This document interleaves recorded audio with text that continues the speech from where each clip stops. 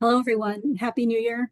I'm very sorry for any issues people have had getting into this meeting. Um, we've tried to allow a little time for everyone to get situated, but um, let me just take a moment to introduce ourselves. Well, just in general, welcome to the 2024 Census for Transportation Planning Annual Subcommittee meeting. We want you to be aware that we will be recording this meeting. We ask that everyone stay muted so that the presenters can be heard clearly.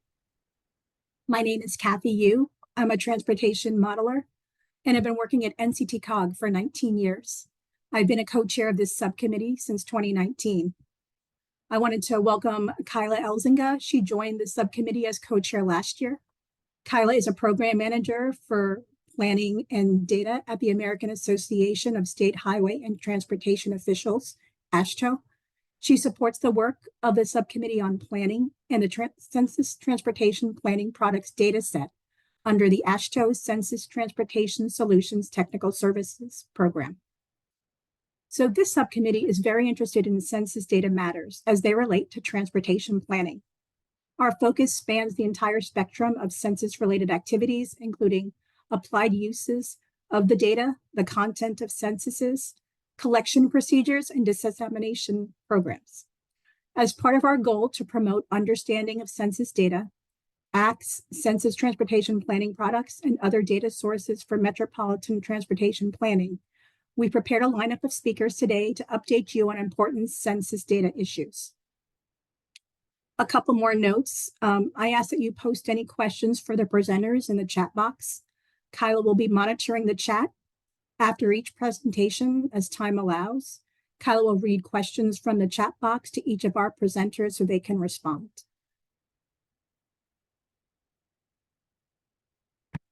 So I'm gonna stop my share. So Matthew, feel free to set up. Our first speaker today is Matthew Spence, who will present on the 2020 Census Disclosure Avoidance System briefs. Matthew Spence is a senior advisor in the Population Division of the Census Bureau.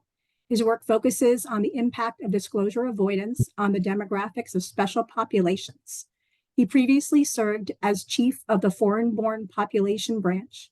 He has worked on a variety of projects since joining the Census Bureau in 2011, including the 2011 Census of Governments and a congressionally mandated report on Title I education spending.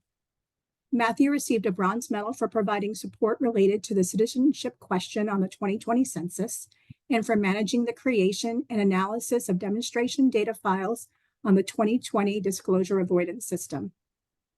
And now I'll turn it over to Matthew. Hi, everyone.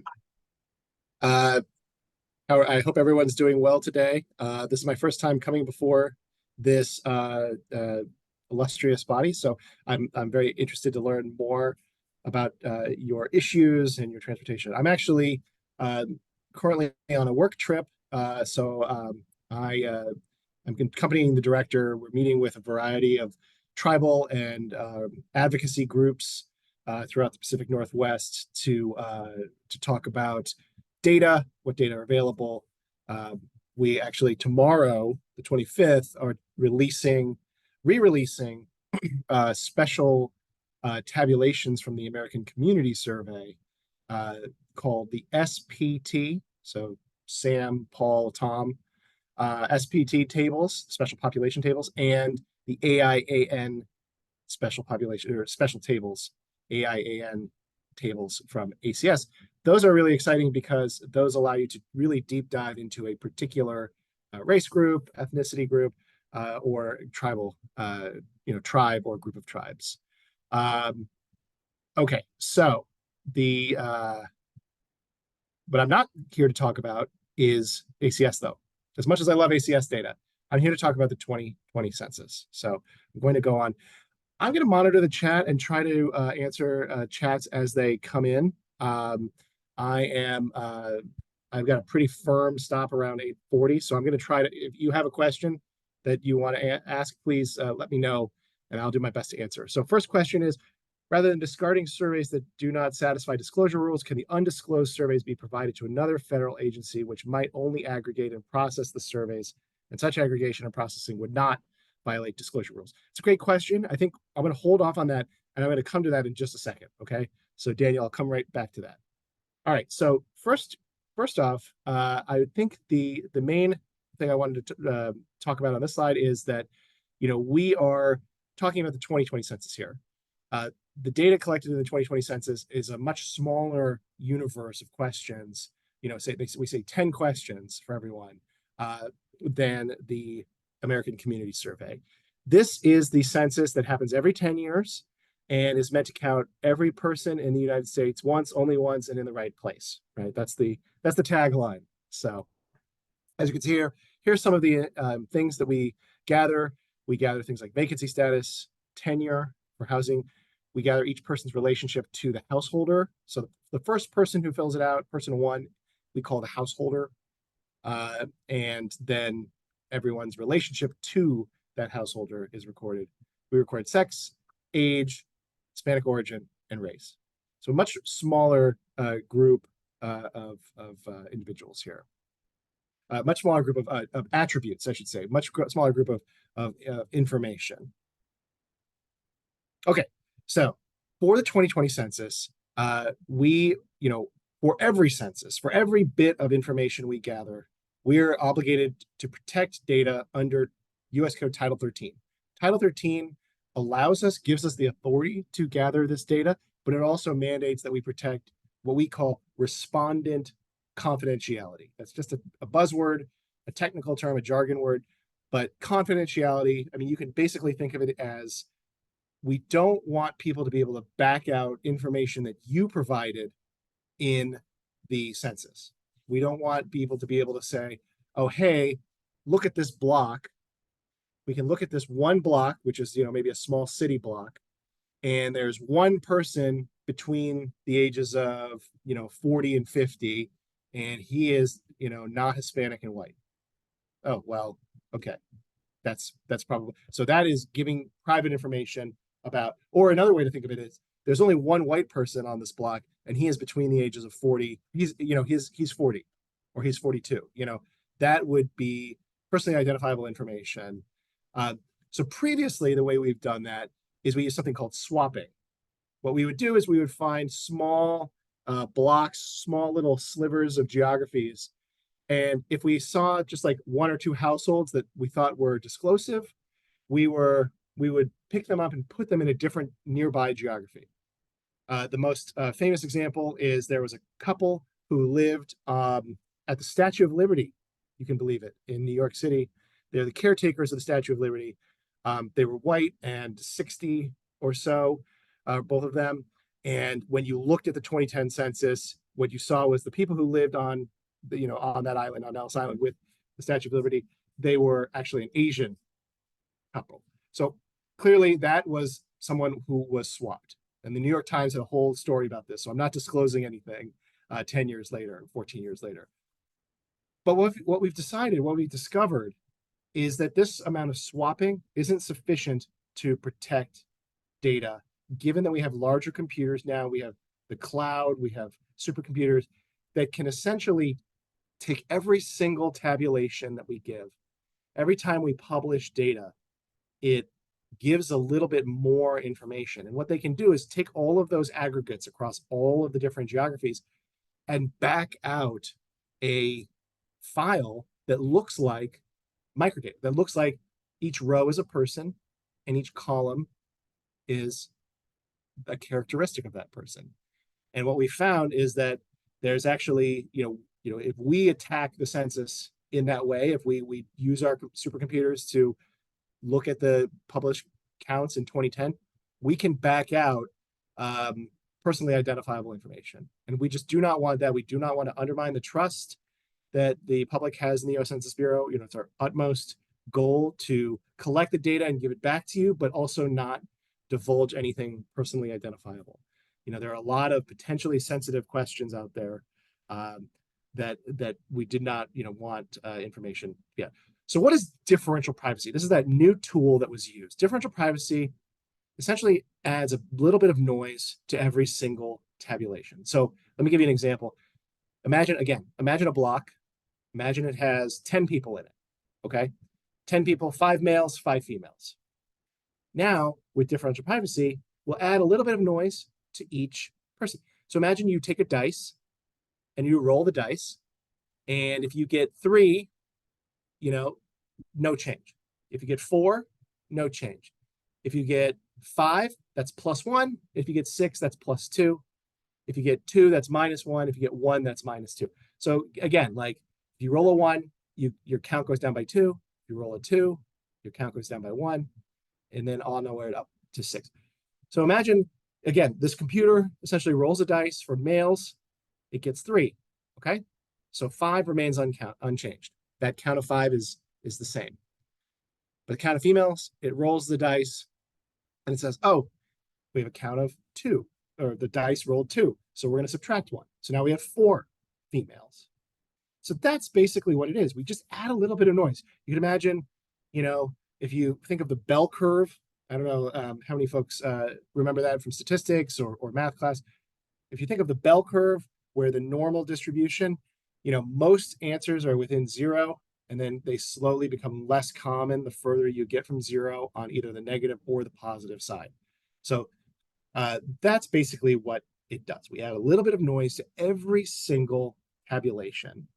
And then we'll do a little bit of post-processing, as we'll see, to make sure that, because again, if you add noise independently, you might get mismatches. So again, returning to our example, we had 5 males, we had 5 females, now we have 4 females. We also independently add noise to the total. So let's say we roll the dice for total and we get a 6. So now we have 12 people. So that doesn't make any sense. That doesn't add up. We have 12 people, 5 males, 4 females. Well, so that's obviously not great to publish, because that is inconsistent, and it leads people to be like, well, what's the true count? What's the true number? And so what we did was we do this something called a post-processing. I'm not going to go into details of it, but one of our briefs that I talk about later does go into a bit more detail. Basically, what the post-processing does is it says, okay, like, let's go back. Maybe it'll see that there's a big difference between total and the sum of the 2 sexes. So it'll bump down the total a little bit. Maybe it bumps down the total back to 10. And then maybe it'll bump the female count up to 5. Or maybe it'll bump the male count up to 6. So then you might end up, it might make the data a little bit more accurate, but on average, the post-processing makes the data more accurate and more useful because it's that consistency and things like that. So I'm getting into probably too much detail for this introduction slide, but I just wanted to put that out there. So the first brief, so I was asked to give a talk about the briefs that the census has put out about disclosure avoidance for the 2020 census. So the first in the series is really too long to be a brief. So we call it a handbook. It's about 43 pages. It is a great introduction to the idea of differential privacy, why we adopted it, cover some of that history, like I was mentioning about swapping, and it introduces several important concepts and terms that we return to again and again. Things like accuracy. Well, what do we mean by accuracy? Well, in this case, we mean accuracy relative to what we counted. So again, if we counted 10 people, if we end up publishing 10 people, that's accurate. If we counted 10 people and we end up publishing 11 people, that's less accurate. We count 10 people, we end up publishing 15 people, that's not great, not good accuracy. So that kind of accuracy is, again, relative to what we counted. Now, we also know, this is a side conversation, we also know that what we count is not exactly what is in the world. There's a lot of complexity to counting the entire US, and we know that we miss people. We tend to miss young kids. That's well documented. We miss something like 2 to 3% of children under the age of 5.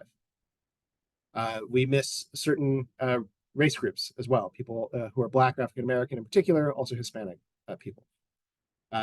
All of that doesn't really go into this term of accuracy because we can't really measure that here. All we can do is tie it back to what did we count? Again, we counted 10. What are we going to publish? Are we going to publish 10? Are we going to publish 9? Are we going to publish 11, 15? So that's accuracy. That's when I talk about accuracy, that's what we're talking about. talks about something like called privacy loss. Privacy loss is just essentially how much noise gets added to each variable. So again, we're talking about the dice. If you roll the dice, you get a 1, you subtract 2. You roll a 6, you add 2. If you had a smaller budget, those random additions of noise might get bigger. So if you rolled a 1, it might be minus 20. Or if you roll a 6, it might be plus 20. So again, how much noise is added to each variable, it depends on that privacy loss budget. You may have seen discussion of that. We've ended up going a lot higher on privacy loss budget in order to get more accuracy. Those two things are related. We cover things like invariance. These are data that are just simply not changed. For example, housing units down to the block, down to the smallest level of geography that we do not change the count of housing units. If we believe there are 5 housing units in a block, we publish 5 housing units. There's no noise added to that. Another invariant is total population at the state. We did not change total population at the state level. Post-processing, I talked a little bit about earlier, and the top-down algorithm, which is just a formal way of saying the name of this disclosure avoidance method, and something called the geographic spine. I'm not going to go into that here, but again, really important concepts that I think we should talk about. Then, after we released this introduction, we released a variety of data products. And pretty much for each data product, we've released a brief or series of briefs related to that data product. So here you can see what's been released. We've released the apportionment counts in 2021. Those are counts by state of population that's used to apportion the number of representatives in the Congress. We also released the redistricting file. These are counts for voting age people and total counts by race and by Hispanic origin down to the block. That is used by people who draw political boundaries at the state level and local level. More recently, we released 2 sets of tables that basically mirror one another: the demographic profile and the demographic and housing characteristics file, or DHC. Those two really are, those along with the redistricting are really the stars of the show. That's really where you're going to get the bulk of data collected from the census. If we go back to the that form that we showed earlier, that's where you're going to get things like relationship to the householder, race, Hispanic origin, detailed age, like single year of age counts, or sex counts, things like that, and sex by single year of age. And then finally, most recently, we released something called the detailed DHCA.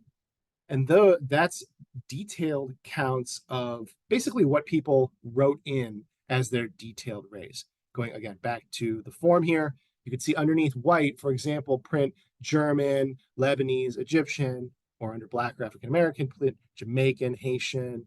You can see that there will be individual tribes or native villages listed, as well as other Asian groups, Pacific Islander groups, or some of the race. So those write-ins, those detailed race and ethnicity groups and tribal numbers are available in the detailed DHCA. Okay, so again, the apportionment release, I'm not going to go into too much. It's just here for reference. Redistricting file, again, that's got voting age and then total population by race and Hispanic origin. We also include some information about housing occupancy and group quarters by matrix GQ type. This is available down to the block.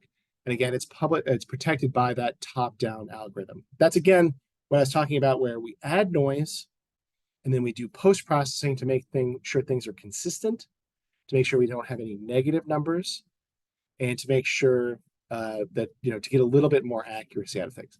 So this actually is a great spot for me to answer Daniel's question. Let me just make sure I'm reading it again. So rather than discarding surveys that do not satisfy disclosure rules, can the undisclosed surveys be provided to another federal agency? So the answer is we don't actually discard any any responses. We don't discard any responses to surveys, any responses to the census. Rather, what we do is we total up all of these responses. So again, if you think of it like a county, we count how many people did we get in the county? How many responses did we get in the county? We do a little bit of processing beforehand to make sure that there aren't any duplicates, right? Sometimes people, might have multiple addresses. They have a vacation house. They might have accidentally responded to the census 2 times because they forgot. And so what we do, one issue is, kids in college, their parents might claim them at home, and then the college might claim them at the college. So we do a deduplication, unduplication there as well. So that's sort of where things kind of get like discarded, but it's not really discarded. It's just an unduplication.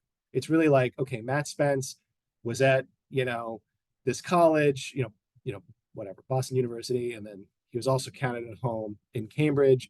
So, he's got the exact same age, the exact same birthday. We're pretty confident this is the same guy. So that we'll narrow him down to just one. So that way we don't have an overcount. So that's where things might get like discarded. But for disclosure avoidance, for differential privacy, we don't discard anything. We just take it and we add a little bit of noise. And so again, that count could remain the same. That's the most common outcome, is 0. 0 happens the most often. Or it could, be, a small increase or small decrease. Okay, so let's see. I see another question. When we allocated data into TAZs, we ended up with more households than population in the downtown area. Okay, this is something that I will talk about here. Let me see. Do I have? Okay, yes, I do have this. Okay, just give me 1 sec. I'll cover that on the next slide.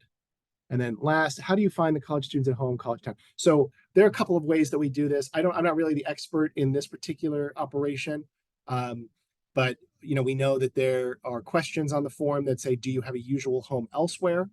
Or could you be counted in another location? Those are the easiest ways to identify people. We also do, how do I describe it? We do like sort of a record linkage method where we sort of, again, comb through the data and match people to see if they match on name and date of birth and age, so that allows us to sort of see between these people. And in particular, if we see them counted in both a GQ and a housing unit, we kind of know how to handle that. That's there. We have something called the residence criteria. I'm not the expert on that, unfortunately, but we do. If you ever want to read about how this decisions get made, called the residence, like the Spence residence criteria. So that might be worth a Google. Okay, so let's talk about this TAZ issue. So the first in the series of briefs, remember we had the introduction, that was a handbook. The first brief that really is brief, 8 pages, specifically focused on that redistricting file. I've got a copy of the first page here, and it covers some of the same topics as the handbook, but really with updated numbers and more targeted and shorter explanations. And it includes some really interesting calculations like what I'm showing here. Remember, we were talking about accuracy earlier. This is a demonstration of how much accuracy we were seeing in this particular test file. So you can see for blocks, the number of people may have gone, may have changed by about 4.8, may have been about 4.8 people there. So that's, something that is kind of a big change for a block. Blocks ended up being pretty noisy. And you can see here on the right 2 columns, that's like the middle 90%. You can kind of think of it as like a 90% confidence interval. It's not really a confidence interval, but you can kind of think of it like the middle 90% of blocks either were somewhere between losing 11 people or gaining 10 people. So again, if you think your block has like 100 people in it, you might end up with 90 or 89. You may end up with 100, 110. So that's blocks. Blocks are not very accurate. Places and minor civil divisions, these are things like cities and towns. You can see much more accurate, on average, about 2.5 people on air. And then they gained or lost about 6 people on average. And then you can see counties was still even better, like fewer than 2 people changed at the county. And that no matter what size the county was. It was anything from Loving County, Texas, 54 people, might have been 52 or 56, all the way up to Los Angeles County, which is in the 10 millions. So, okay, this is where I want to talk about the issue of persons and households. This brief here is where you'll find information about the way that the post-processing got done. So one of the limitations for 2020 is that, again, remember, you start off with a microdata file. You start off with a big Excel spreadsheet where every row is a person, and then every column is information about that person. So that person's date of birth, age, race, Hispanic origin, etc. We also had another file called the unit file where every row was a housing unit, and then every column was information. Was it vacant? Was it occupied? Did the owner rent or own? Etc. And we did the noise infusion for the persons and the noise infusion for the housing units separately. And again, we did post-processing to make sure the person file was consistent with itself and the unit file was consistent with itself, but we did not ever sort of do that joining of persons and houses. So that can lead to occasionally places where there are more housing units, more occupied housing units than people. That typically only happens at the block, and it typically goes away when you start to get to tract level data or even block group level data. So I'm surprised. I don't know how big these TAZs are, but I'd be surprised if you do see a lot of those implausible results. One thing at the very end, I'll show you my email address, and we can you can email me and I can sort of see exactly, maybe I'm misreading this question. Okay, since you don't report negative populations, does that mean that blocks with low actual population would be net increase on average? Yes, very good question, DW. So we looked at bias. We call that bias. And we did see, unfortunately, there's a tendency for small areas, less populated areas, to basically kind of increase a bit in population, and larger populations to decrease a bit in population. Those numbers are here in this brief, and so I encourage you to check that out. We did our best to reduce the amount of bias. We'll talk a little bit about how we did that. But yes, because again, if you start with a block with, let's say, 0 centenarians, 0 people aged 100 or over, and you add a little bit of noise, and maybe you add -2, you roll the dice and you get -2. Well, now you have -2 people who are centenarians. That's not really gonna work. So instead, the post-processing basically bumps that number back to 0 and compensates elsewhere for that. So so that could but does potentially have that result of small counts being biased upwards, larger counts being somewhat biased downwards to compensate.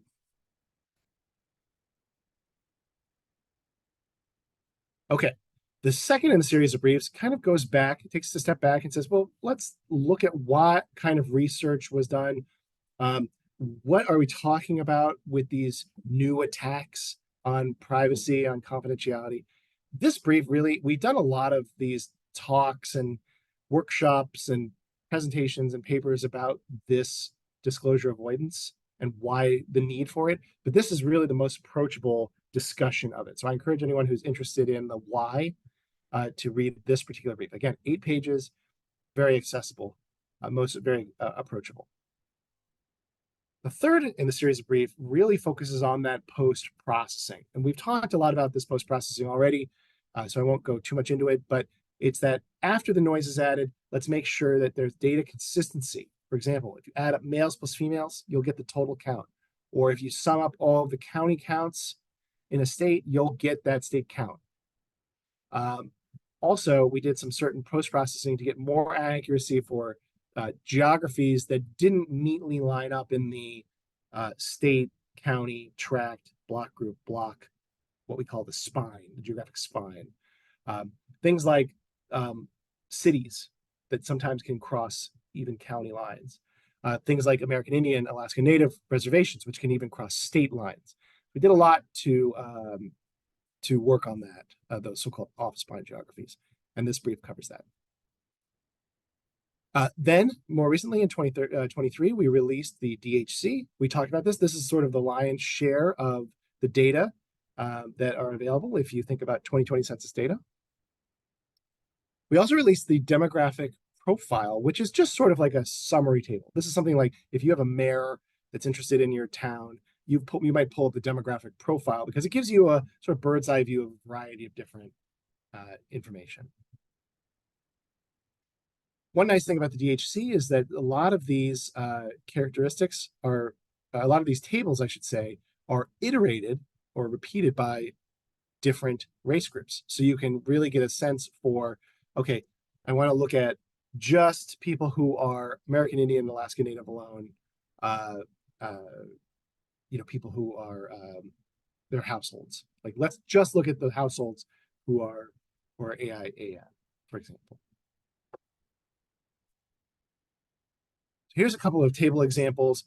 This is an example of the richness of detail that you can get. This is households by type and presence of own children under 18. And you can see that, we've got married couple households with or without their own children under 18, cohabitating couple households, male householder, no spouse present. You can even see if they're living alone, and if they're living alone, if they're 65 and over. These are populations that we've heard a lot from, city planners and emergency use planners that they'd like to see information on. So really great example of the table. Here's another example of the table. This is one that's iterated for American Indian, Alaska Native alone householders. You can see just information about the family structure, the household type, really great information available. Okay, and so the last bit of data, the most recent thing that we've released it's a bit of a shift. It's a bit different from the prior releases. This is because these are counts of population for 300 detailed race and ethnicity groups and 1,200 detailed American Indian and Alaska Native tribal and village population groups. So a tremendous amount of detail. You want to see your particular group, how many Germans are there in Columbia, Maryland, how many, Israelis are there, how many Iraqis are there in Glendale, California, things like that. Really, really great, interesting things. So this is a really phenomenal resource. I encourage you to check it out. I have a bunch of links. My favorite way to check this out is something called a data visualization. If you go to ranking tables, it really gives you a clear sense of the most populous groups in your particular area.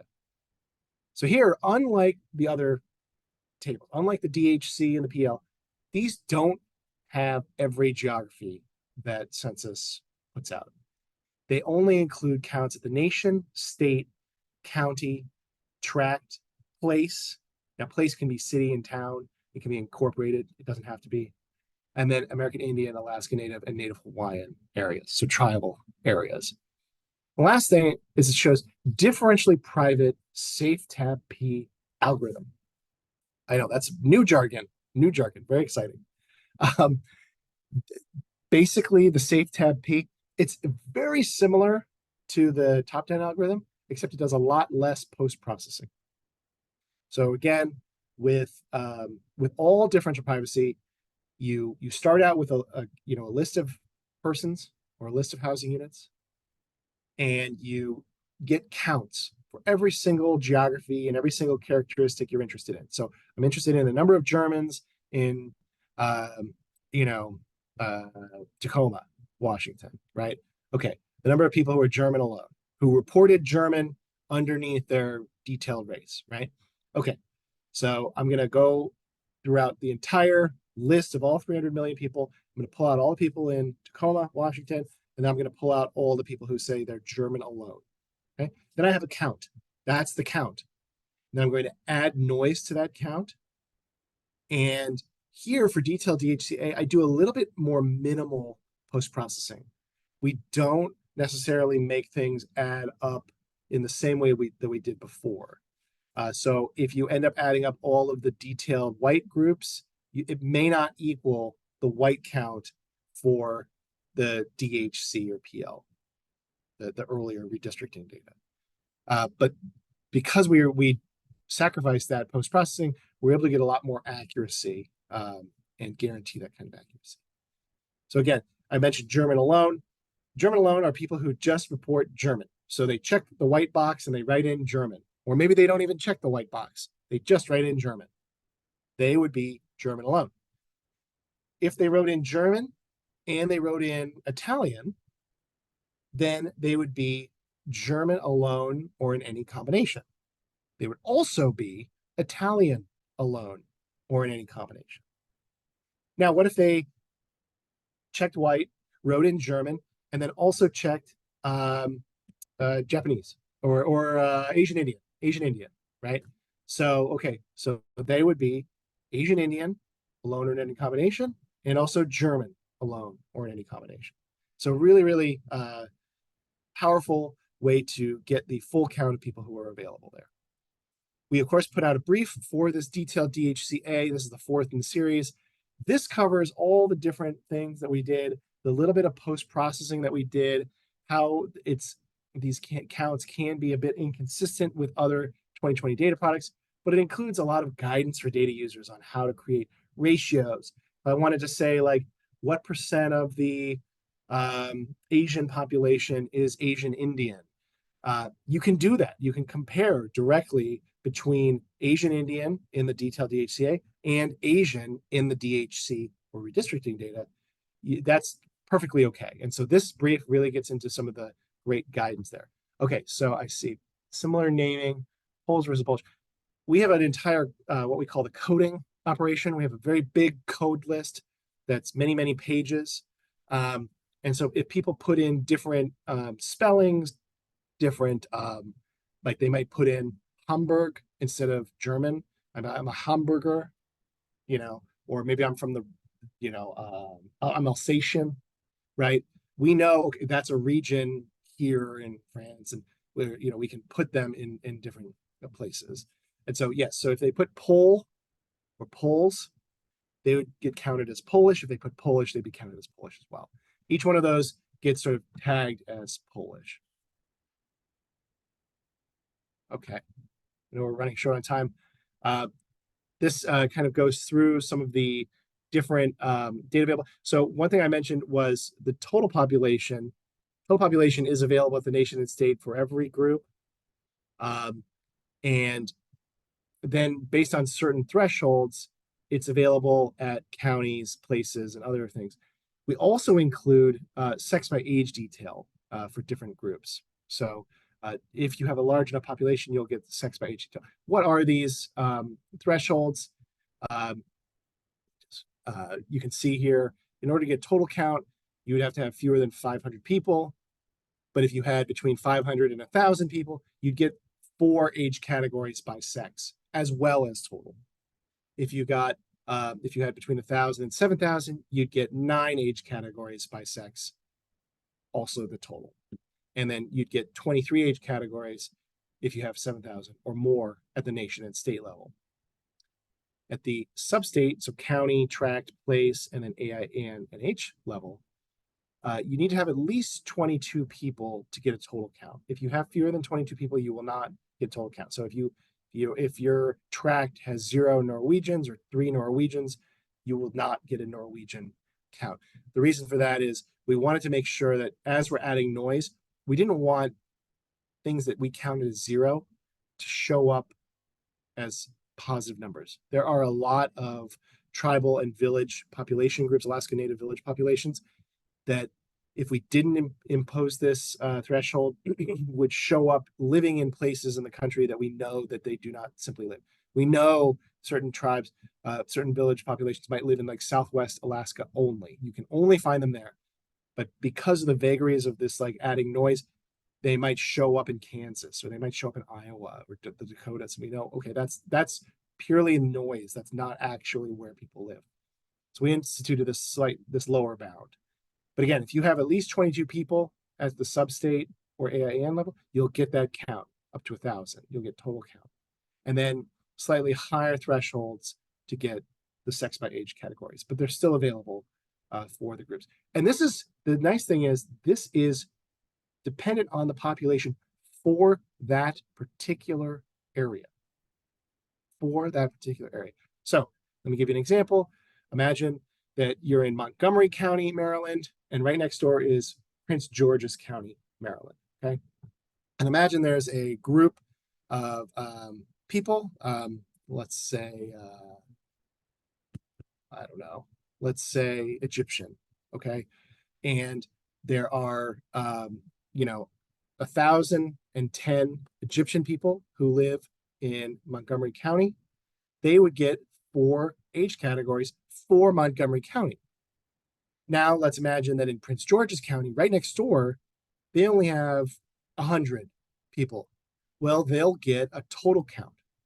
So that we're able to target the granularity of the data to the places where the people live. And that's actually a really nice ability that we have in the detailed DHCA. Also, one thing I'll quickly note is these MOEs, this is that accuracy. So the counts are within 3 95% of the time, or they're within 11 95% of the time. That's extremely accurate. That really gets you a good look at how populous these groups are. This is an example of what the different sex by age categories look like. And as you can see, you'll always get a male and female subtotal, and you'll always get a total from that. This is not yet released. We're hoping to release it in September, but this will be the same kind of product, but focused on household type and tenure. Same levels of geographies covered. Here are what the tables will look like. You can see the most populous groups will receive that full amount of detail for household type, and the less populous ones will receive only, potentially just the number of households. So here we'll be able to look at, say, let's look at the number of Nigerian households at the tract level even. We'll also include tenure, which is whether you own or rent. This, I'm very excited to send, so again, the slides are going to be available for you. This is the data visualization I was mentioning. Make sure to click on rankings and dive into the amount of data that you're available. It'll only display nation, state, and county, but remember, we have it down to the tract. We have it at the place, incorporated and unincorporated place, and we have it at the tribal areas as well. These data gems are really quite amazing. They really help you understand sort of the process for accessing the data. And the press kit is sort of the one-stop shop that includes all of these links. Another resource that I'd like to mention are the so-called America Counts surveys. This is really the most straightforward way to get a sense for the data that are available. It kind of gives, for example, this is the first time that we're able to give a report on the number of the people who are Middle Eastern and North African. So MENA, so-called MENA people. This is because 2020 is the first time that we've had write-in lines for the white category. Now, due to the Office of Management and Budget, not Census. Census does not control racial categorization like this. But the OMB has determined that MENA is currently, under the current standards, part of the white group. So that's why we've never been able to break it out until now. Now we can use those detailed write-in lines to get a sense of how many people are MENA. In the future, OMB might change its race reporting standards, but currently we have to follow what they set. We also include a couple of blog posts as well as some technical documentation. And all of these are links that you can click on and go to at your leisure. So finally, this is my contact information. I'm going to quickly scan the chat. If there's any questions, not seeing any. I have to run, and I think I got right there on time. So I'm really happy. Thank you so much for your time. Please email me if you have any questions. I'm afraid I can't stick around for the other presentations, but again, if something comes up that you think about, I will. Robert has been so great. We've been meeting with these wonderful tribes, the Snohomish tribe, Tulalip. Currently we're going to go meet Native Hawaiian Pacific Islander groups. So very excited. And thank you for your time. And yeah, email me. Yes, you will be able to get slides. I believe I sent them to the organizer, but if not, just ping me and I'll send them to the organizer and the organizer can distribute it. Thanks, everyone.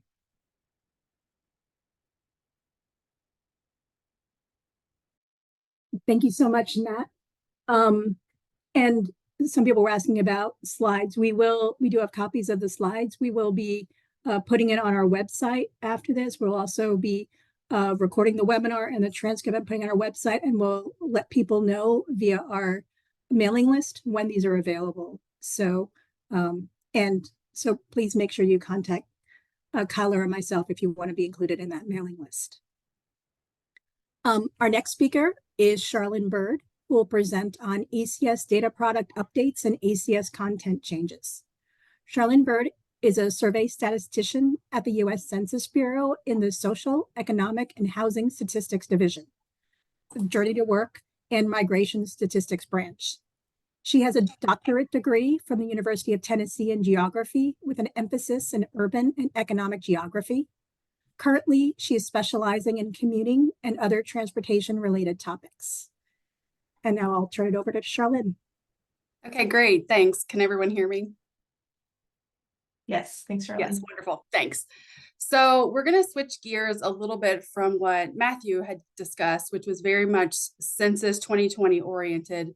And I'm going to switch gears and talk about the American Community Survey, some of our data products that have an emphasis in transportation, some of the updates we're planning, some of the possible content changes, and our planned and future priorities for the transportation community. So thanks for having me today. I'm excited to give some updates for the group. All right, so just quickly, we're going to talk about our latest and upcoming data products. We're going to talk about the full portfolio of the commuting questions that are available through ACS. We're going to talk in generalities about the content change for perhaps means of transportation modifications. And then finally, we're going to talk about our priorities for the ACS content changes themselves. So starting with our latest and upcoming products, I wanted to mention that with commuting, we are putting out 5 different one-year trend estimates, and it's under our, when I say our, I mean it's separate from data.census.gov, but they're visualizations of percentage work from home, percentage of workers that are driving 60 minutes or more, the percentage of people that are driving home, driving alone, leaving home and going to work. These are for our data year 2021. We expect to have a new version out with data year 2022 in the near-ish future using Tableau. At present, they're just static charts, but we're hoping to move that towards a more dynamic tool that'll allow more data user interaction. The next upcoming ACS data products will be 2023. That won't come until later this year in the fall. Right now, our most current data product is the 2022 one-year ACS data. You can find those through data.census.gov. And the same for the 5-year. The next iteration of the 5-year ACS data will be coming in late winter of 2024. So the current one that you can get now is 2018 to 2022. And that's for the 5-year ACS data.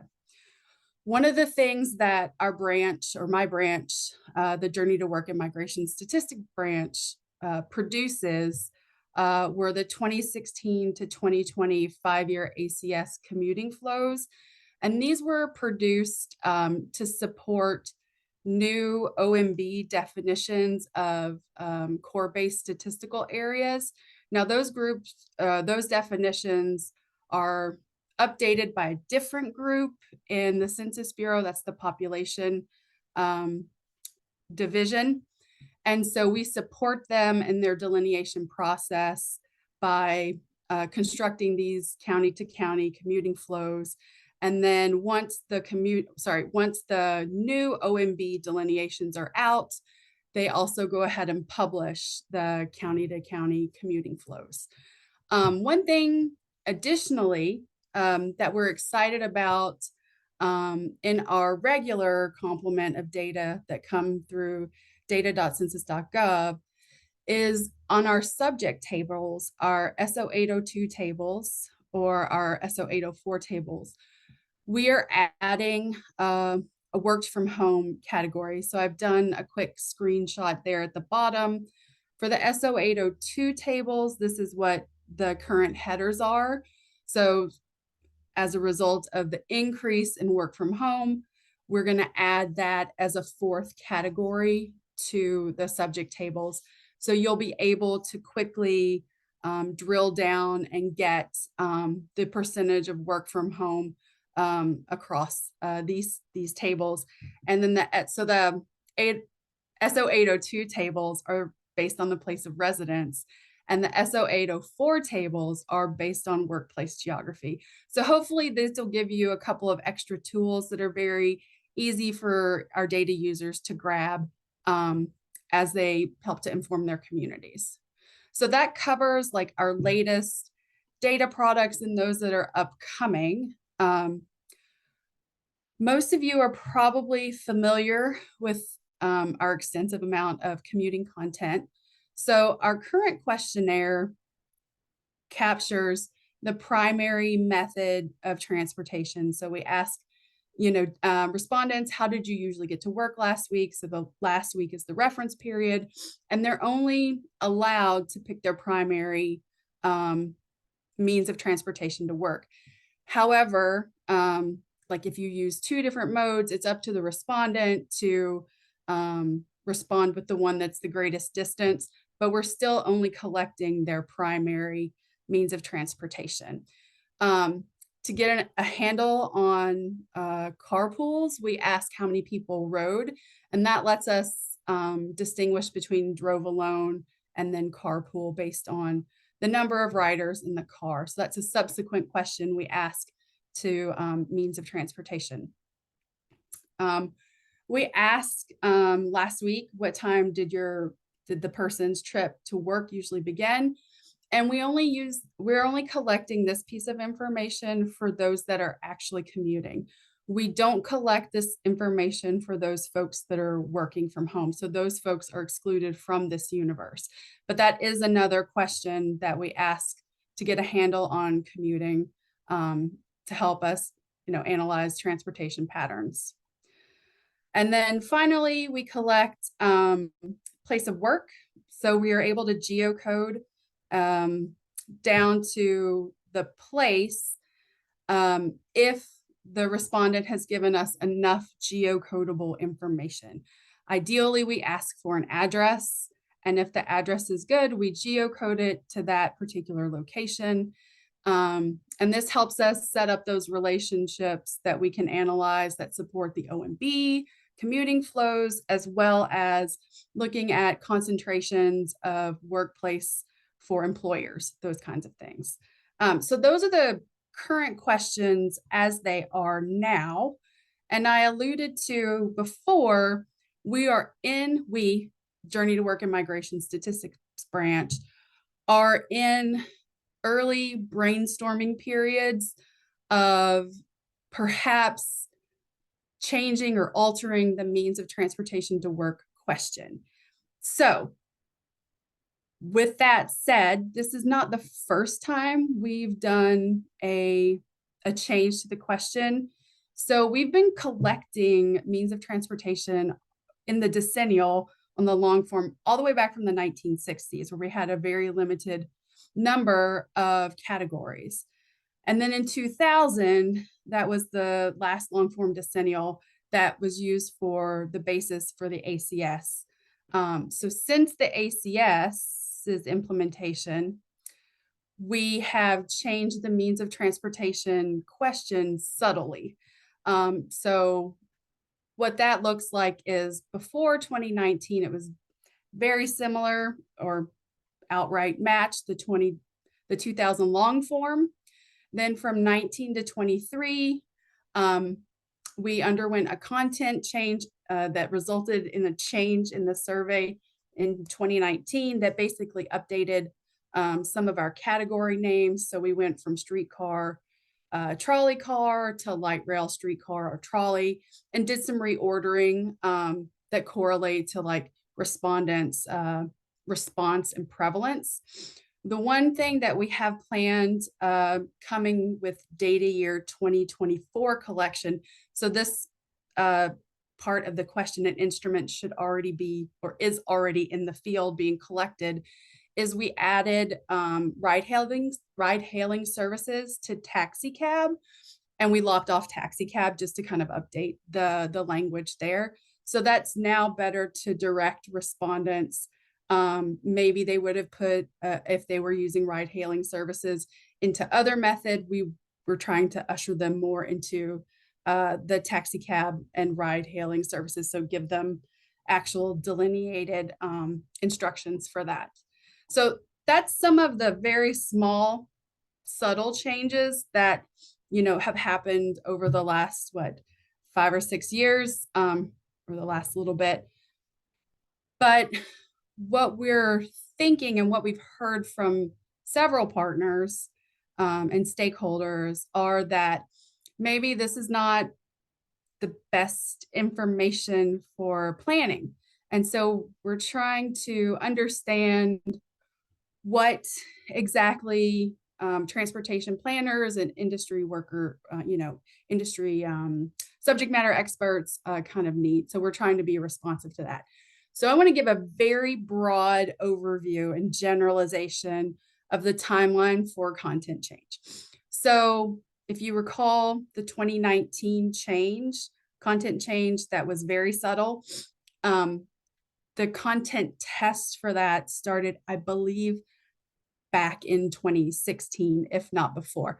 So you can see it takes quite a bit of time to get something tested, approved, signed off by OMB, and then of course implemented. So that's something maybe to keep in the back of your mind when we're considering updating questions and having series breaks.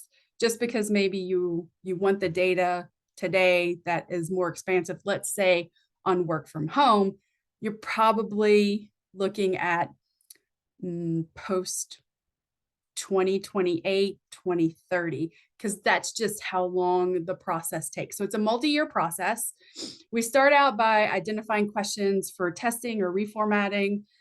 And then generally, there's a call that goes out for topics to be included in the content test. Then there's the actual content test itself, which includes cognitive testing, and that's with like smaller focus groups at different locations. And that includes all the way through the field testing to make sure that, the question is clear, respondents are responding, how they think, how we think they should, those kinds of things, to just make sure everything's prepped and ready before we send it out into the field. One of the last steps in like the content tests are recommendations and then actually the implementation. So just as a reminder, we updated the taxi and ride hailing services in the 2024 instrument. So we're collecting that information now, but it won't be like in-house to be cleaned until 2025, because that's when the data collection period closes. And then we won't release the data product itself that has those new categories until 2025. So just kind of think in terms of the survey life cycle. It's very long. It's a multi-year process. So with that in mind, we would like to solicit really, I guess, from the transportation community and those of you that are here today, we would like for you guys to think about what are the questions that you would like to have more information on. And we would like to start with like just the means of transportation question. So we recognize that one means of transportation or a primary means of transportation isn't necessarily reflective of a person's full commute. So, you know, if it was an either or, you know, would it be more important to see multimodal travel data collected? We all know that working from home post-pandemic has increased when you look from pre-pandemic levels. As planners, do you want or need more information about, you know, what days are you working from home, or what days are the workers working from home? Do you, you know, preferred hours? How would you use that in perhaps transportation modeling or forecasting? So we're asking you all to kind of put on your brainstorming and thinking caps to kind of help us work through some of these questions so that we can have a survey that reflects data that our community really needs. With that, I want to thank you for your time and listening to the updates. And if you have any you know, ideas or, you know, information that you would like to convey to me or to my branch so we can consider and kind of collect the comments and work through them with regard to the means of transportation questions, please reach out to me. My email is there at the bottom of the screen, and let me know some of the ideas, and we'll kind of compile them and put them together. With that, I'm going to jump to the chat box because it seems like maybe we have some questions that came in while I was discussing. So let me jump out of this, and Kathy, I'll let you set back up the screen and we can start the questions. How does that sound? Great. I can jump in real quick with some Okay, questions. great. Thanks, Charlene, for your presentation. So one came in from Petya, I think when you were talking about workplace address. So have you considered asking for the nearest 2 cross streets as a second option to exact address? Yeah, that's one of the things that we do provide in the smaller instructions, so that if you don't know the exact address, we can geocode you to, you know, a relative location if we have the 2 cross streets. Yeah, that's a good question. Great. And that's part of our, like, I don't want to say dark side of the house, but that's part of our geocoding operations. I know Matthew had mentioned the autocoder. A lot of our responses do go through the autocoder first before it gets sent to our National Processing Center for clerical coding. So good question. Thanks, Kyla. Great. I think some of the rest of these are comments on kind of the question you posed to the group. Okay. But are there other specific questions that people have for Charlene?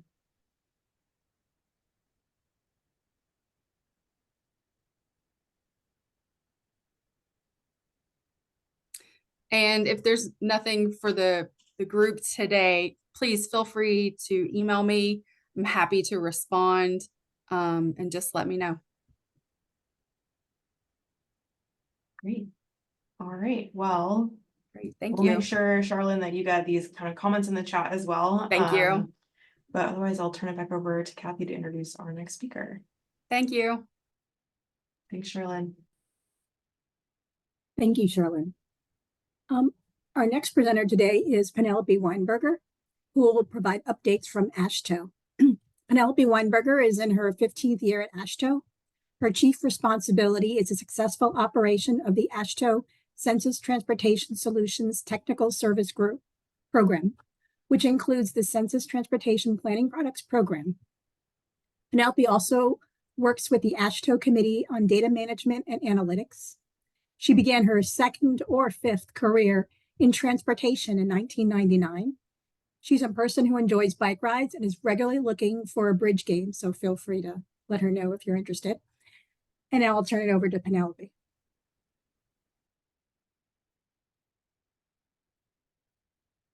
Penelope, you're muted. Unmute myself. Okay. Sure, I can unmute myself. What a great idea.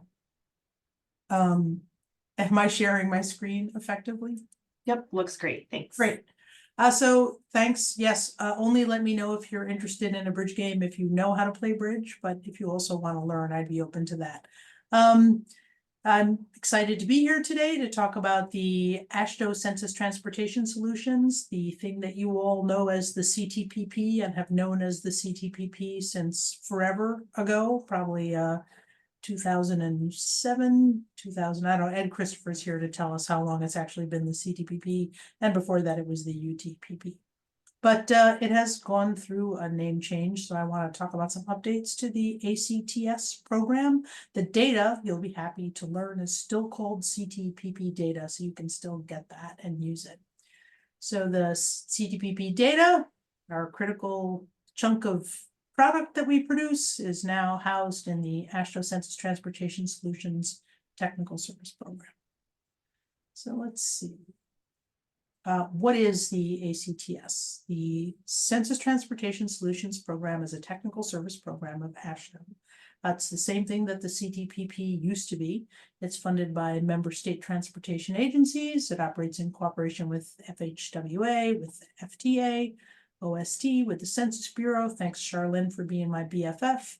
MPOs, Metropolitan Planning Organizations, and the Transportation Research Board, usually through this subcommittee mostly.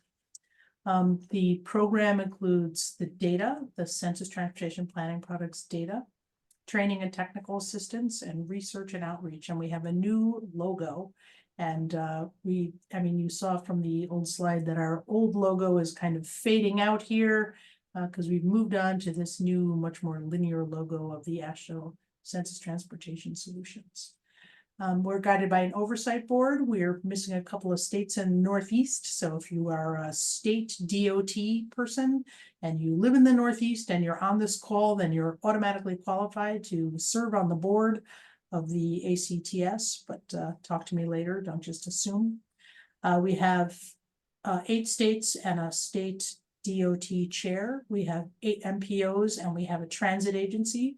We're also looking to add another state transit agency. We're in the works on that. We have liaisons, Charlene, as I mentioned, Thomas Marchwinski from FTA, Joe Hossman from Federal Highway Administration, Brian also from the Census, and Clara Rashkovsky from the Bureau of Transportation Statistics. The program is staffed by Kyla Elzinga and myself, so Kyla could be giving this presentation and probably do a better job than I'm doing.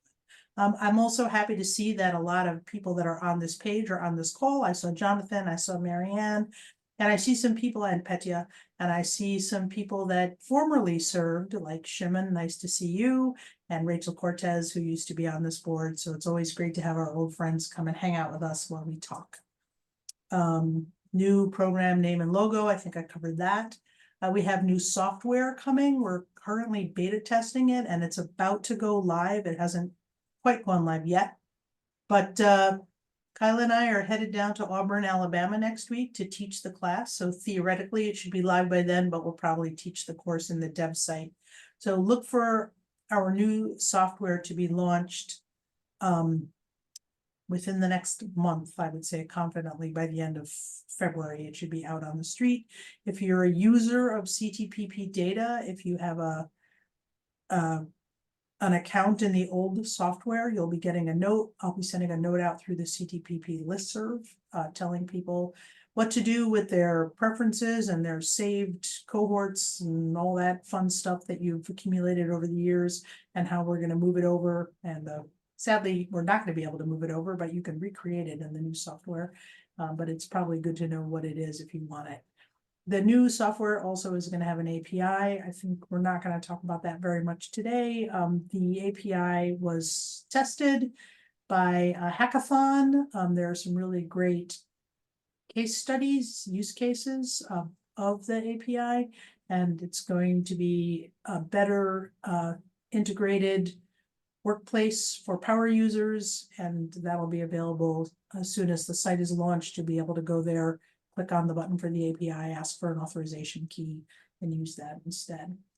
We have new data coming. What that means is those variables that Charlene talked about. We basically go to the Census Bureau and we ask them to please combine and recombine and twist them every way till Tuesday, so that we can get a specialized data set of stuff that is more relevant to transportation planners. And then usually they fight with us for a long time about what they can release and what they can't release. And eventually they give us a lot of what we ask for. So we're super grateful about that. The data that we're getting is based on a 2017 to 2021 American Community Survey. It's 5-year data. It goes down to, for some tables, the block group is our smallest geography. For most tables, it goes down to tract. For some tables, it only goes down to large geography, the smallest of which is place.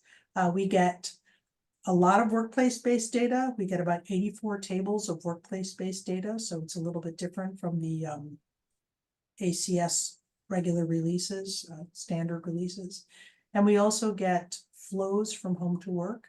Charlene mentioned that there's 16 to 20 flows from home to work, but maybe correct me if I'm wrong, I think those are at the county level and they're just total worker flows. We get total worker flows down to the tract level for most tables, and also in cross tabulations. So workers by means, workers by income, all kinds of different cross tabulations. So take a look at that data set, which I haven't even given you a website to go look at, but it'll all be at the end. And we have the ACTS has a new funding program. We run in a 5-year cycle to kind of match our census data releases, and that's coming out. So again, if you're a state DOT, if you've seen a note from me sometime around October or November, asking you to please join up and support the program, I'd love it if you do that, because otherwise we won't have a program and we can't get data and nobody can do it. So I want to talk a little bit about commuting in America right now, which is a set of research briefs that we've done. These are the ones that we've done in the past. You'll get the slides, so I'm not going to read this to you. We've got some coming up. These are new ones. Oh, there we go. Traveltrends.transportation.org, I think is still the right. Nope. The website is transportation.org/traveltrends. I'll make that correction before these slides go out.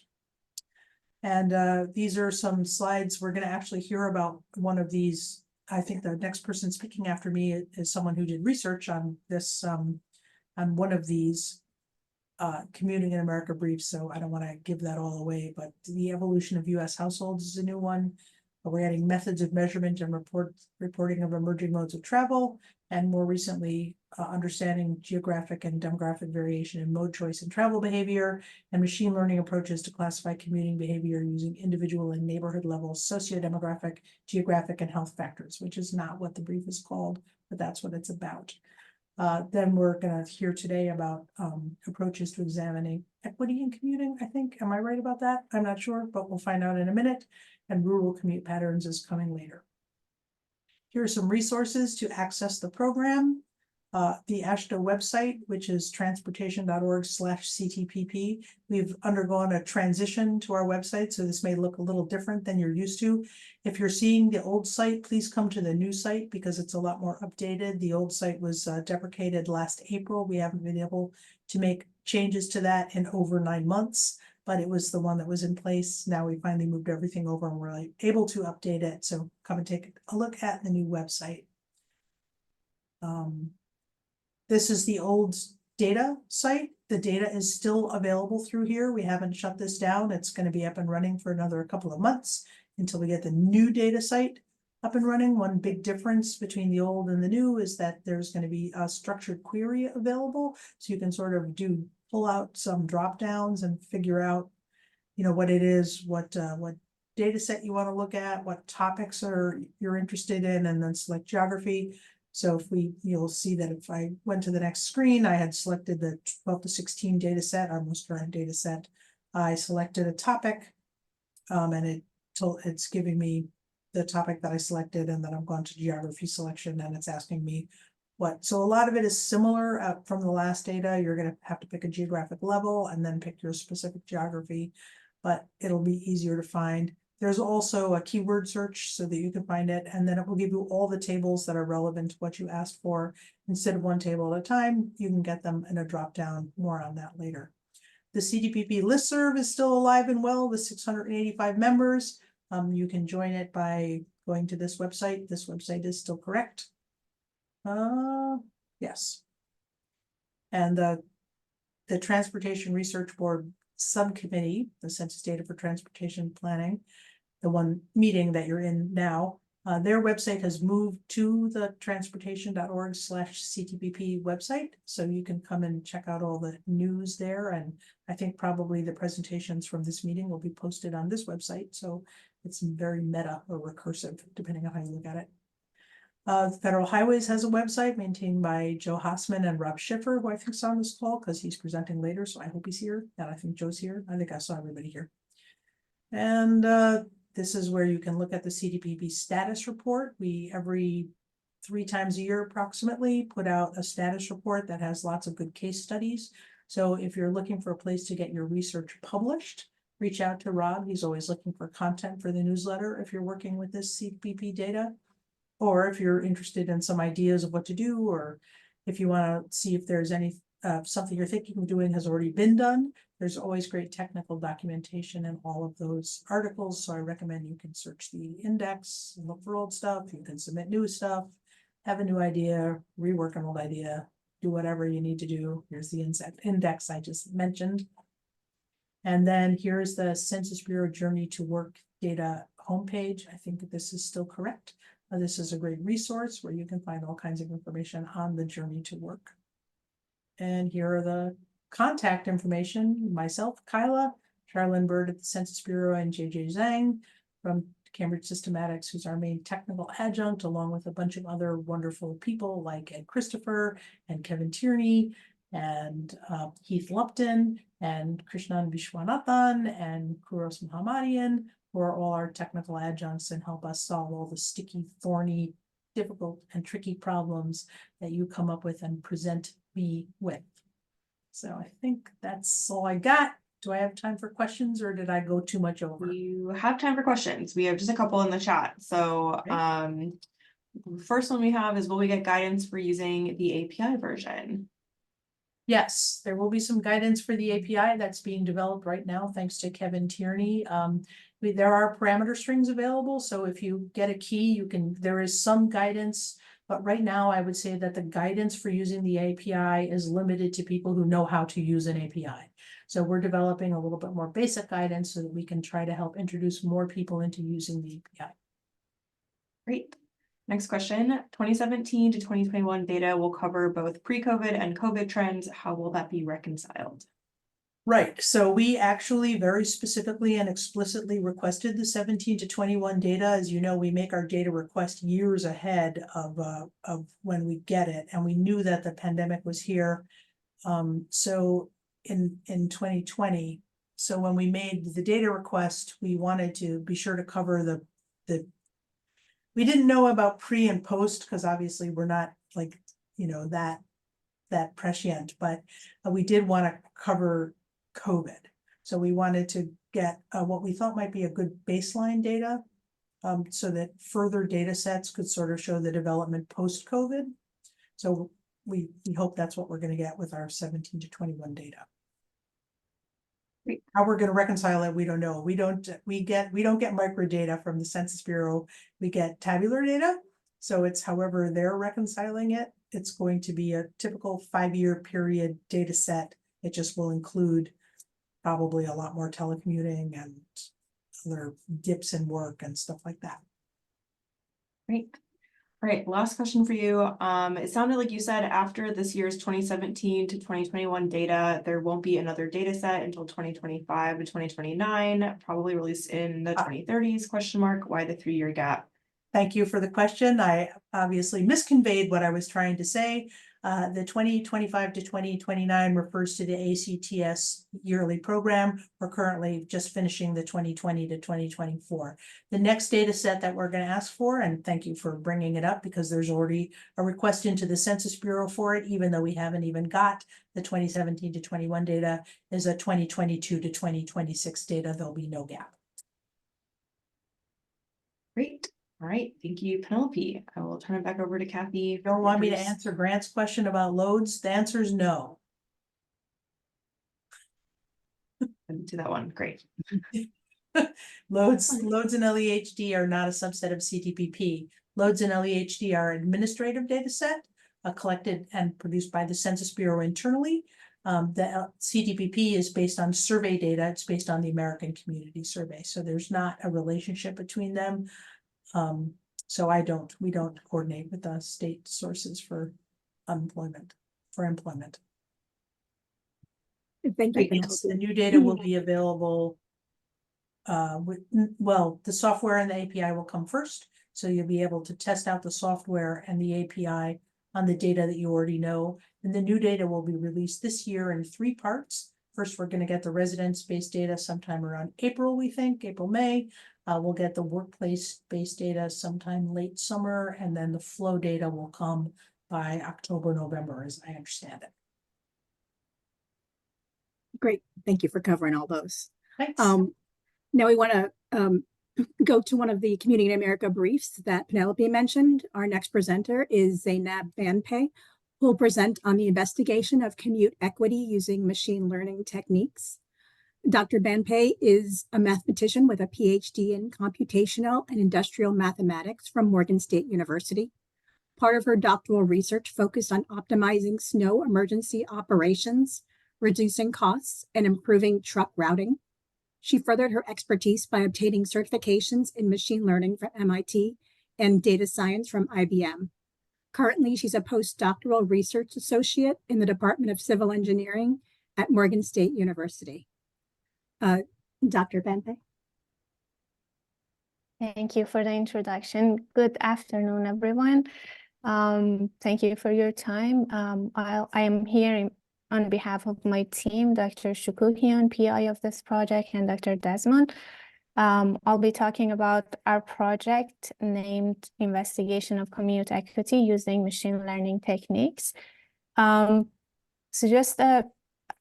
just overview of what I will be talking about. There is a brief background review, methodology, data source, what are the input factors that we are using for our model, the process for model development, evaluation, and some of the result, conclusion, and ideas for future research.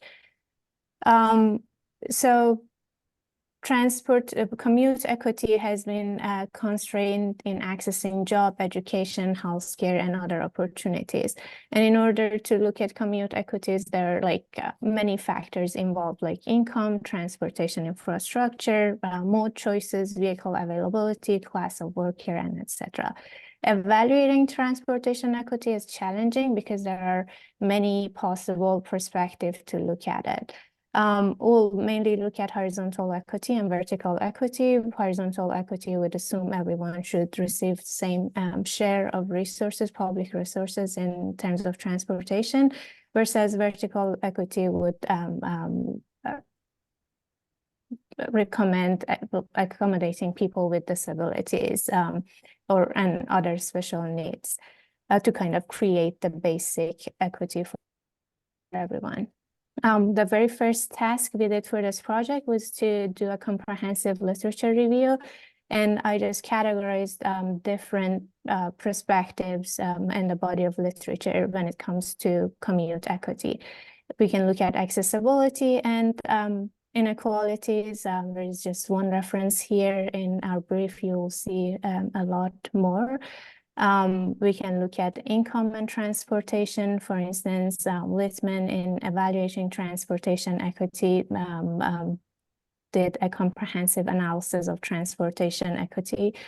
We can look at infrastructure quality as an example for those references, and demographic factors. There are many references on this area, and Dr. Mokhtarian is an expert, and I personally like his work. Going through literature, we wanted to figure out what are the factors affecting equity, and then after that we would start with data collection. So the factors are categorized here. We can look at public facilities and services. We can, such as transportation facility planning, or we can look at user cost benefit, public transportation fares, vehicle ownership, and etc. We can look at service qualities like mobility, accessibility, number of travel modes available in the area, and etc. External impacts like traffic congestion, air pollution, and more. economic impact, access to education, employment, and therefore economic opportunities, and others, regulation and enforcement, like regulation of transport industry, transportation, trucking, taxis, and etc. There are some of previous researches are kind of summarized in this chart. We can see what statistical method has been used in evaluating commute equity. Methods like t-test, chi-square, different kind of regressions, Gini index, descriptive statistics are the method that has been used before. We use machine learning algorithm to analyze commute equity. So just quick review of machine learning. It's basically a practice of using algorithm to parse data, learn from it, and make determination or predictive model. And it has been used in different sectors like healthcare, transportation, advertisement, economic, and etc. Machine learning algorithms are categorized into supervised learning and unsupervised learning, and it depends on the data set you're using. If the data is pre-labeled and you have prior knowledge of the data input-output variable, it will be supervised learning. But if it's not labeled, it will be unsupervised, or you don't have a pre-knowledge about the data set, it will be unsupervised. I want to mention one more thing before we go. They also are divided into regression and classification algorithm. Classification algorithm is like when your output variable, whatever you want to analyze as categorical variable, like bridge condition, road condition, that's like poor, well, or very well, etc. You would use classification algorithms. But if your output variable is a numerical variable, it's a numerical value, you would use regressors. The methodology is shown in this flow chart. We start with data collection. After data collection, we have the data processing. So data processing involves different tasks. Some of the public data sets that you get have missing values. The missing values must be substituted with some meaningful values. Then you're dealing with categorical variables, numerical variables. For our model, we need numerical values, so the categorical variables should be encoded meaningfully so we can use them in our model. And then rescaling the values, we want them to have the same scale, so they won't affect our output variable just because of the large value they have.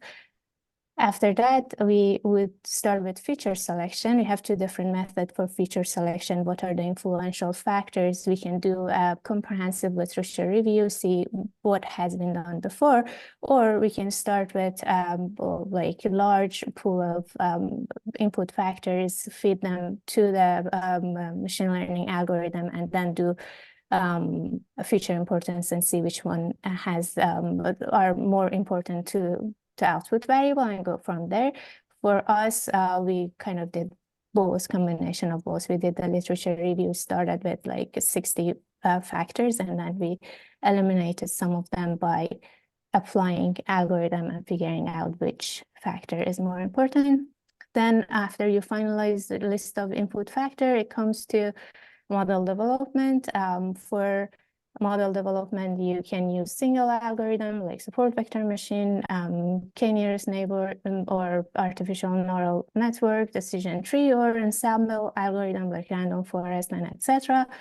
After that, you would evaluate your model if using different measures of accuracy. Some of them are mentioned here. If you achieve your the accuracy level that you want, you can move on to forecasting. Forecasting will be like your model is established. If you have a new data set which has the same structure, the model would be able to predict the value of equity for that new data set. And then you have the last part will be analyzing the results, doing sensitivity analysis, feature importance, and recommendation. For our data source, we used American Community Survey. I kind of included some pictures here. We started at this page. We used the 1 year estimate data for 2021. And then among all those factors, which is a long list, we selected the variables which are related to our topic. For the demography, we did the research in state level. So it's like all the states of United States, and then we downloaded the file and we started our research. For the model development, there are 2 steps. There's a measurement for equity, and then building the predictive model. For the measurement, we use logistic regression. And then for the predictive model, I need to add one more sentence. When we use logistic regression, we measured vertical equity, horizontal equity, add that to the data set, so created a large data set with input and output variable, and then we could use it for building a predictive model. For that reason, the data set is split into training set and test set. So 70% of the data is used for training purposes, 30% for validation purposes. So we train the model on 70% of the data, and then we use the rest of the data set to validate our model. And for horizontal equity, we also have Gini indices for the input factors for different states. For evaluation, we used R-squared, adjusted R-squared, and mean squared error.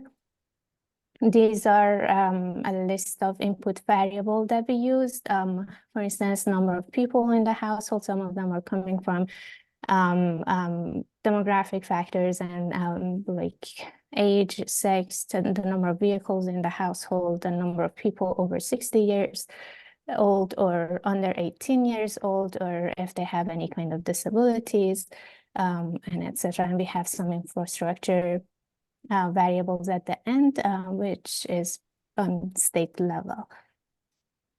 The output variables are just vertical and horizontal equity. Those are numerical variable between 0 and 1. 0 represent complete inequality. 1 is perfect equality. After measuring the equity, we have this chart with all the states in US and the measure of equity for each of them. This is just a sample, a few rows of the chart. And then we use Tableau to provide visualization of it as well. We have the importance, feature importance. So factors like class of workers, household income, the cost for gas, income to poverty ratio, public transportation, carpool, non-motorized transportation are shown to be the most important factors based on analysis. The next thing we did was sensitivity analysis. In order to do that, first we needed to kind of compute the correlation between the variables. If the variables are highly correlated, then they would have the same effect on the output variables. So what you see in this picture is basically a correlation matrix. The negative one would represent the variables are highly negatively correlated, positive one highly positively correlated. So the variables which are correlated highly are eliminated, and then we could do some sensitivity analysis. But the purpose of this part is, like, for instance, if we change the input variable by 50%, 10%, 20%, how would it affect the commute equity? And then we have the Gini indices for horizontal equity. In this part, we calculated Gini indices for all the input variables that we have for horizontal equity for different states. And we also used Tableau and visualized them for different states. In conclusion, I think I have 2-3 more minutes. So in this project, we developed a predictive model that could predict the value of horizontal or vertical equity for the states of US.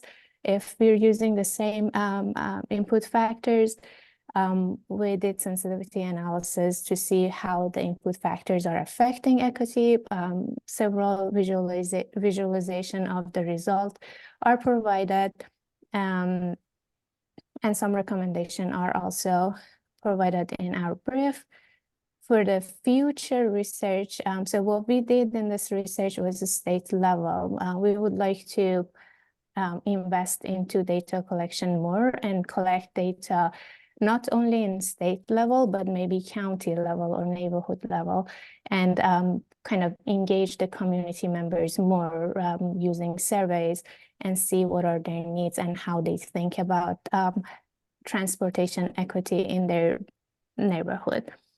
We would like to express our gratitude to our AASHTO for funding our project and their support for the duration of the project. Thank you so much for your time and attention. If you have any question, here, let me check the chat. I think we have two questions. So one is around defining how equity was defined in the analysis. How did equity is defined, or the like verbally, or like what function has been used for it? Can we clarify? But how are you defining equity in your analysis?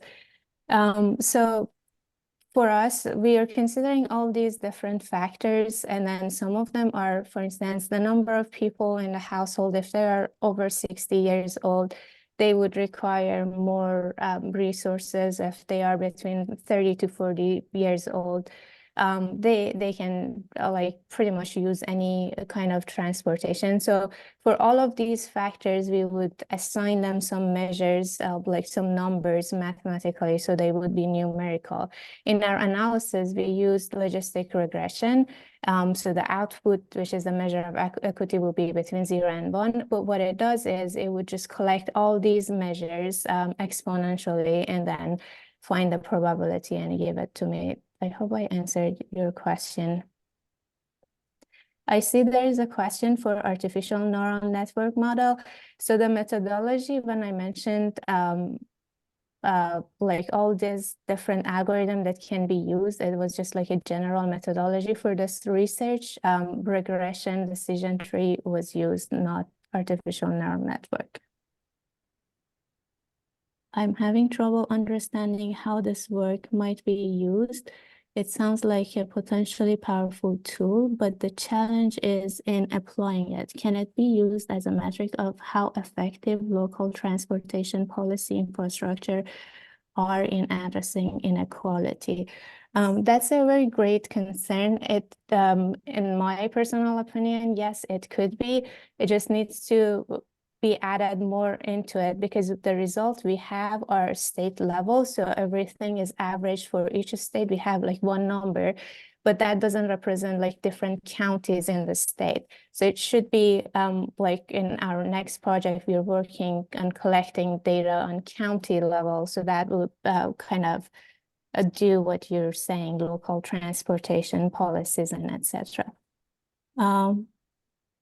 Yes.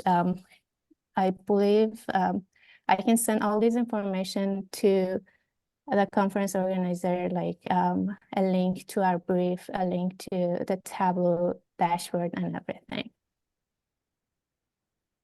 Thank you so much. Thank you so much. Yeah, sure. Our next presenter is Rob Schiffer, who will describe the new FHWA CTPP profile interface.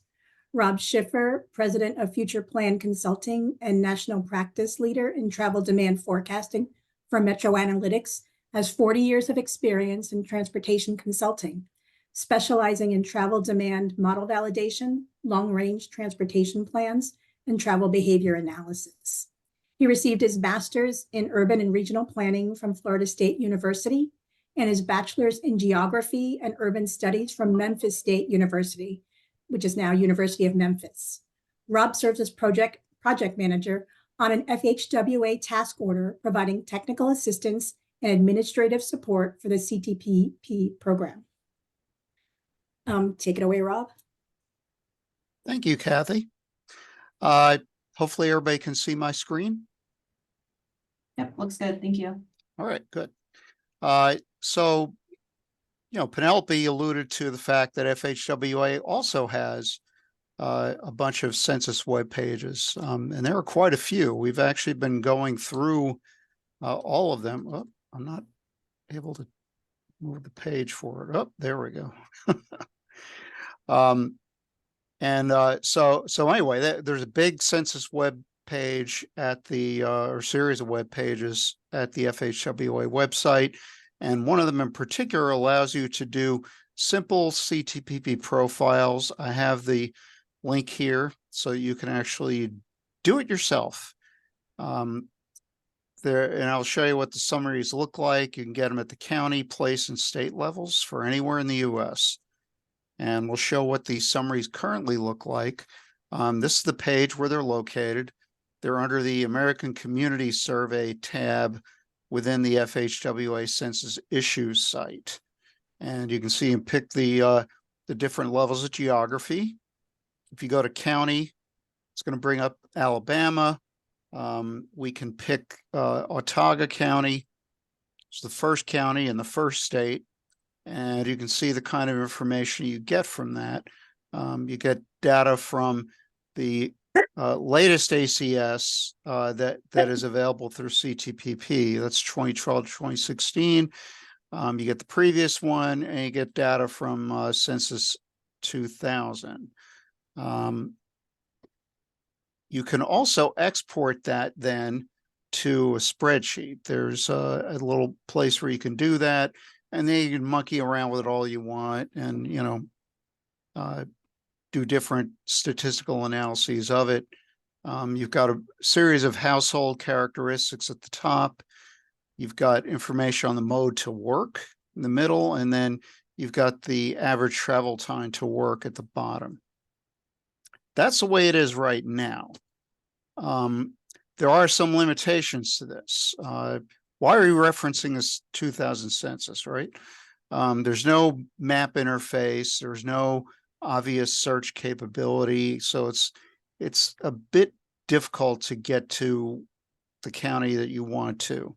There's a limited set of metrics, as you could see. There's nothing that calls out equity specifically, which is very important to FHWA as the host of this site. There's also a few housekeeping issues, referring to the ACTS, obviously replacing the 2020 census with the 2020. At the same time, the FHWA website is undergoing some significant changes. We recently went through and corrected every link within the website because a number of them actually had changed. But even beyond that, there's a lot of cosmetic changes that are going to be made to the FHWA site. And obviously, we don't even want to do this until we have the 2017 to 2021 ACS /CTPP summaries. So it's not ready to go yet, but we've done work on it. And we have a draft storyboard here that I'll just run through real quickly.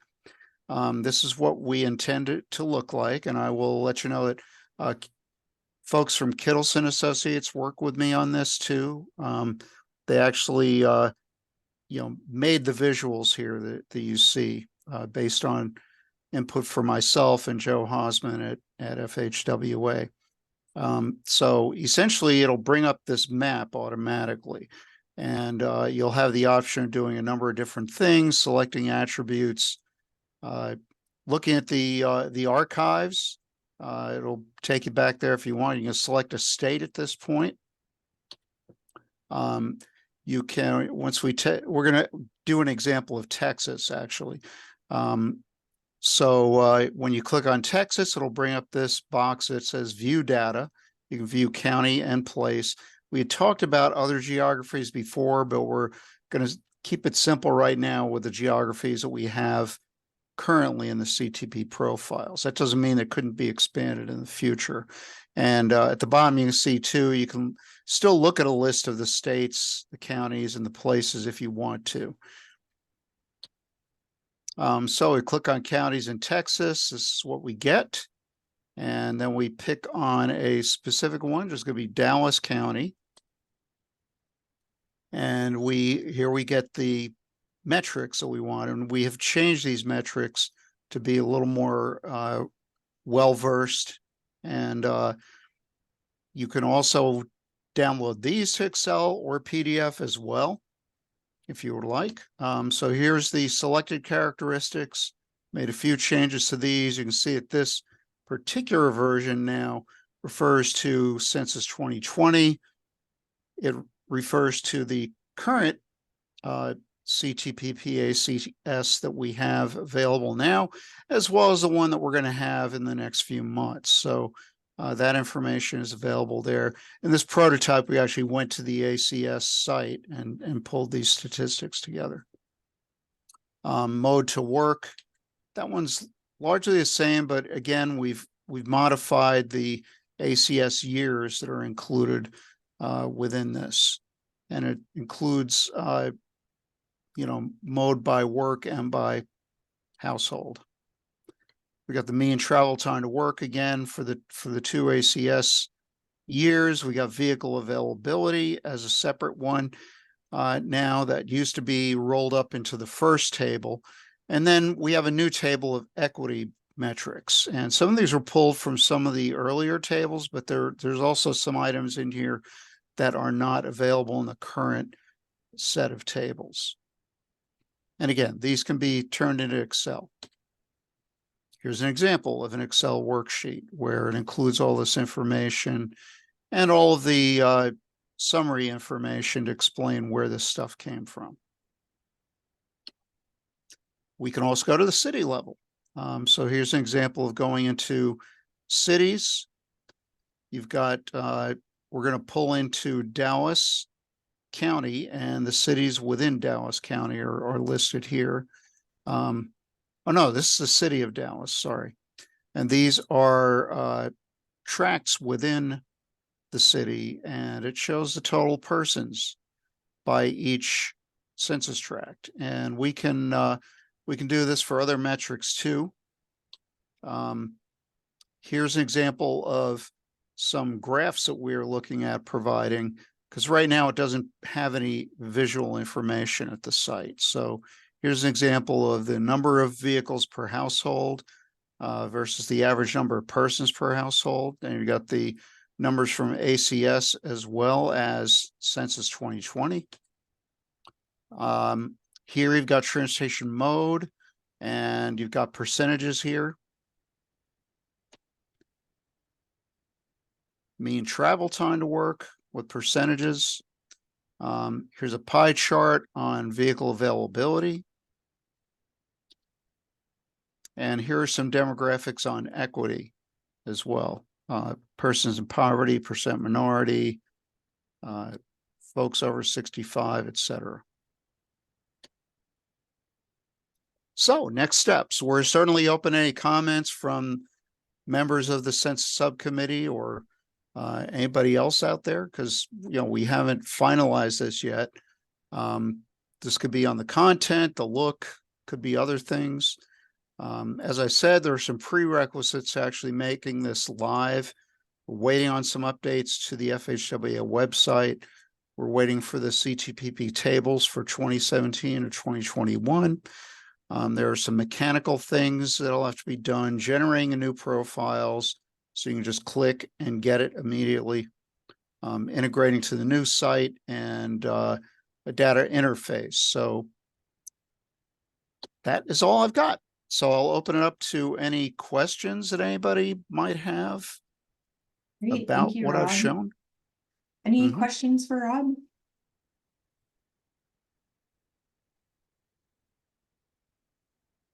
Okay. Great. Well, thanks If for not, presenting on that. thank you for listening in. And as I noted also, we're, the FHWA as sponsors of the CTPP status report are always on the lookout for articles of interest. So keep that in mind. I did post my contact info in there. Great. Thank you so much, Rob. Appreciate you sharing that. Sure. Oh, there is one question that came in. When do you envision this FHWA CTPP profile interface to go live? This will probably be late 2024, early 2025. because we're waiting on a few things to happen first. So there's, plenty of opportunity for input between now and then. Great. And I do believe the copy of my presentation, all the other ones will be available. Yes, that's correct. Great. Okay, well, we are just about at our time here. So I just want to say thank you to everyone for being here. We appreciate you taking the time this afternoon to join us. Big thanks to all of our presenters. Really appreciate hearing from all of you. And yes, presentations will be made available afterwards. So stay tuned for that information. One final thought that Kathy and I wanted to share just in closing. In recent years, this group has conducted one virtual meeting in January, so like this one, and then has hosted a poster session at the TRB annual meeting. If you have any thoughts or ideas on other activities for this group, feel free to reach out to me and Kathy. We'd be interested to hear if there are other ideas for consideration. Really appreciate your participation in this TRB subcommittee. Great time today. Really appreciate you again all being here. So big thanks to TRB for helping to coordinate. Big thanks to our presenters, and thanks for all of you being here. Kathy, unless you have anything else to add, I think we're ready to adjourn. Thanks again. All right, have a great day, everyone.